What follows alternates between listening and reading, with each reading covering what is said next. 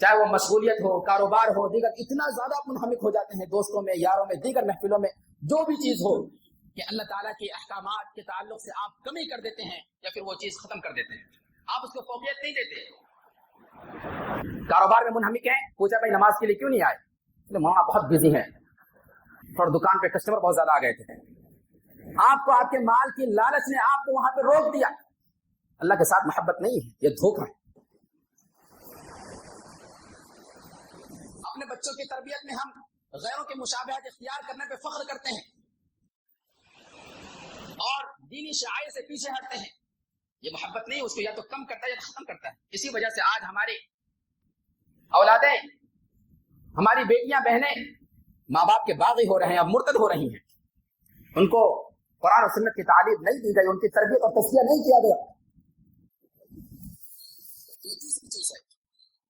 تو یہاں تک یہ بات سمجھ میں آ گئی کہ آپ نے محبت کا معنی سمجھا، محبت کا مقام سمجھ میں آیا، محبت کی قسمیں سمجھ میں آ گئی، اور ان کی تشریح اور توضیح آپ کے سامنے پیش کر دیا گیا۔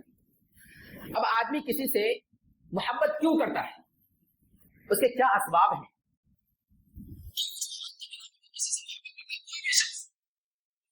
اس کی بھی 3 قسمیں ہیں۔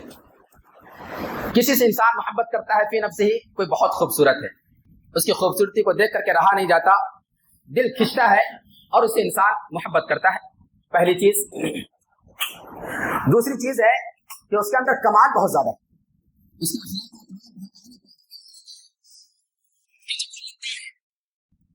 صدیوں کے بعد بھی اگر وہ ملاقات ہوتی تو ایسا لگتا ہے کہ جیسے ابھی ابھی ملے ہوں۔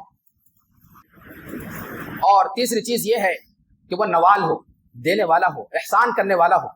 یہ 3 چیزیں ہیں، ان 3 چیزوں کی بنا پہ لوگ ایک دوسرے سے محبت کرتے ہیں۔ تو آئیے ہم یہ دیکھتے ہیں کہ یہ تینوں چیزیں ہمارے نبی صلی اللہ علیہ وسلم کے اندر موجود ہیں۔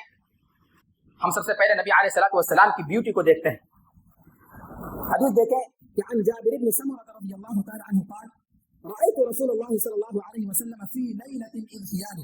جابر بن سمرة رضی اللہ تعالی عنہ بیان کرتے ہیں کہ میں نے نبی کریم صلی اللہ علیہ وسلم کو فی لیلۃ اذ خیانہ، ایک رات جو چاندنی رات تھی، چاندنی رات میں دیکھا، اس حال میں کہ چاندنی پوری طرح سے بکھری ہوئی تھی، اس کی چھٹکی ہوئی تھی چاندنی۔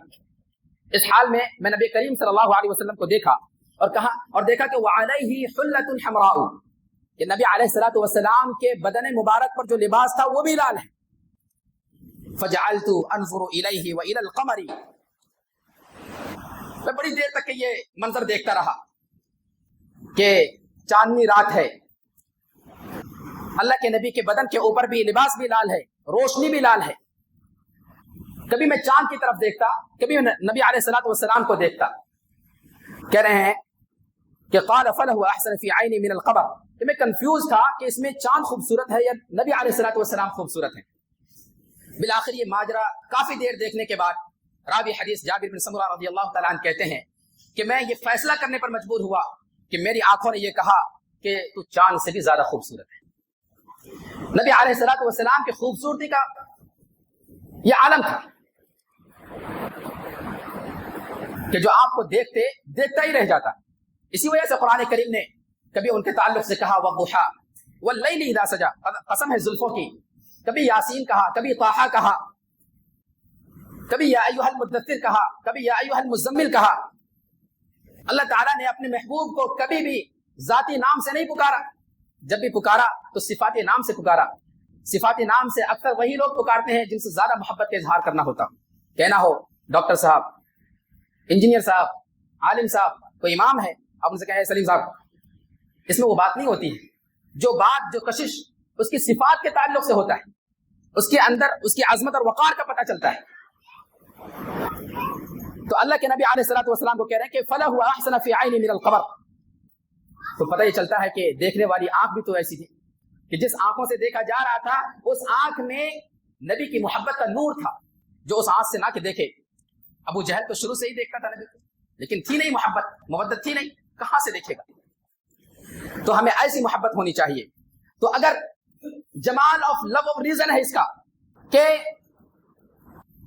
نبی علیہ الصلوۃ والسلام کی خوبصورتی میں وہ کمال کے درجے کے ہوں، تو اللہ کے بعد اگر کوئی محبت کے قابل اور قدر کے لائق ہے تو نبی علیہ الصلوۃ والسلام ہے۔ ہمیں ان سے محبت کرنی چاہیے، ان کے ایک سنتوں سے محبت کرنی چاہیے۔ آگے دیکھتے ہیں نوال، احسان کرنا۔ بتائیے کہ ایک انسان کے اوپر ایک نبی سے زیادہ احسان کیا ہو سکتا ہے انسانیت کے اوپر؟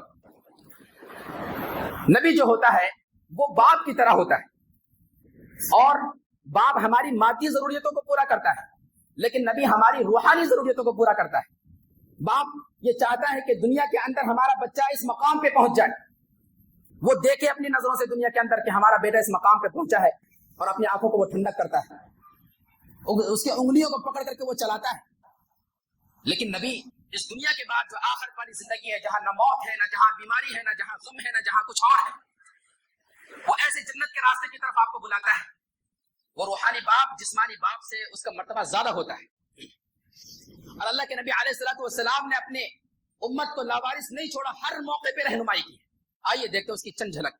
اللہ کے نبی علیہ الصلوۃ والسلام، راوی حدیث ابو ہریرہ رضی اللہ تعالی عنہ ہے، وہ کہتے ہیں انما انا لکم مثل الوالد لولدہ، کہ میں تمہارے لیے ویسے ہی ہوں جیسے باپ بچوں کے لیے ہوتا ہے۔ وَعَلِّمُكُمْ إِذَا أَتَيْتُمُ الْغَائِطَ فَلَا تَسْتَقْبِلُوا الْقِبْلَةَ وَلَا تَسْتَدْبِرُوهَا، میں تمہیں اس بات کی تعلیم دیتا ہوں کہ بچے، کہ جب تم حاجت کے لیے جاؤ، ٹوائلٹ کے لیے جاؤ، تو اپنا پیٹھ قبلے کی طرف نہ کرو، وَلَا تَسْتَقْبِلُوا الْقِبْلَةَ، اور نہ ہی اپنا چہرہ قبلے کی طرف کرو، وَلَا تَسْتَدْبِرُوهَا۔ اور فرمایا کہ وَأَمَرَ بِثَلَاثَةِ أَحْجَارٍ، کہ پیارے بچے صفائی کا معاملہ بڑا اہم ہے۔ آج تو پانی کی قلت نہیں ہے، یا لوگ ہر گھروں میں واش روم ملے گا، لیکن پہلے ایسا نہیں تھا، بلکہ چند سالوں تک ایسا نہیں تھا۔ یا آج بھی کھیت دیہات گاؤں وغیرہ میں بھی آج بھی لوگ یہ فخریہ طور پہ یوں ہی جاتے ہیں واش روم وغیرہ کرنے کے لیے۔ تو اللہ کے نبی نے فرمایا کہ جب تم صفائی کرو تو 3 ڈھیلے لینا، 3 پتھروں کا استعمال کرنا، ان سے صاف کر لینا، پھر پانی کا استعمال کرنا، تاکہ صفائی مکمل طور پہ ہو جائے۔ کتنی اہم چیز ہے، کتنی چھوٹی چھوٹی چیزوں کو، پیشاب پاخانے تک کیا اللہ کے نبی نے نہیں چھوڑا، یہاں پہ آداب بتائے ہیں۔ تو وہ جو دین کے اندر احکام چیزیں ہوں، اہم چیزیں، اس کو چھوڑا جا سکتا ہے؟ نعوذ باللہ من ذالک، نہیں چھوڑا جا سکتا۔ کہہ رہے کہ وَنَهَا عَنِ الرَّوْثِ وَالرِّمَّةِ، اور اس بات سے بھی منع فرمایا کہ دیکھو کہ جب تم جاؤ گے تو گوبر اور ہڈی سے تم استنجا نہ لینا، اس سے صفائی نہ کرنا۔ کیوں؟ کیونکہ گوبر خود ایک نجاست ہے، اور ہڈی چونکہ وہ جناتوں کے غذا ہوتا ہے، جیسا کہ اللہ کے نبی نے دوسری روایت وغیرہ میں بیان فرمایا۔ اور آگے فرمایا کہ وَنَهَا أَن يَسْتَطِيبَ الرَّجُلُ بِيَمِينِهِ، کہ پیارے بچے کہ جب تم صفائی کرنا تو اپنے داہنے ہاتھ کو استعمال نہ کرنا، بلکہ بائیں ہاتھ کا استعمال کرنا۔ یہ کھانے کے لیے ہوتا ہے اور یہ نجاست کو صاف کرنے کے لیے ہوتا ہے، ان دونوں میں فرق ہے۔ لیکن آج آپ دیکھیں جو جتنا بڑا لیول کا آدمی ہوگا، پتہ نہیں ان کے ہاتھوں میں کیا ہوتا ہے، چاہے ایکٹرس کو دیکھ لیں، ایکٹر کو دیکھیں، یا بڑے احباب کو دیکھیں، جب بھی وہ پانی پیئیں گے یا کھانا کھائیں گے تو فوراً وہ بائیں ہاتھ کا استعمال کرتے ہیں، اور چمچوں کا استعمال کریں گے، ہاتھ کا استعمال نہیں کرتے۔ یہ فیشن پرستی ہمیں کہاں لے کر کے جا رہا ہے۔ اور آخری چیز آگے فرمایا کہ کمال، بتاؤ کوئی شخصیت قرآن حکیم کے پیکر میں ڈھل جائے، اس سے بڑا کمال کون ہو سکتا ہے؟ حدیث دیکھتے ہیں کہ اما عائشہ رضی اللہ تعالی عنہا کے پاس سعد بن ہشام بن عامر رضی اللہ تعالی عنہ آتے ہیں، وہ کہتے ہیں کہ فقلت یا ام المؤمنین، اے امت کی ماں، اخبرنی بخلق رسول اللہ صلی اللہ علیہ وسلم، کہ آپ مجھے نبی کریم صلی اللہ علیہ وسلم کے خلق، کردار، ان کے اخلاق کے بارے میں بتلائیے۔ تو فرمایا کہ قالت تعالی خلقه القرآن، ان کے اخلاق تو قرآن کریم ہے۔ اما تقرأ القرآن قول اللہ عز وجل، ارے کیا تم نے قرآن کریم اللہ تعالیٰ کے قول کو نہیں پڑھا؟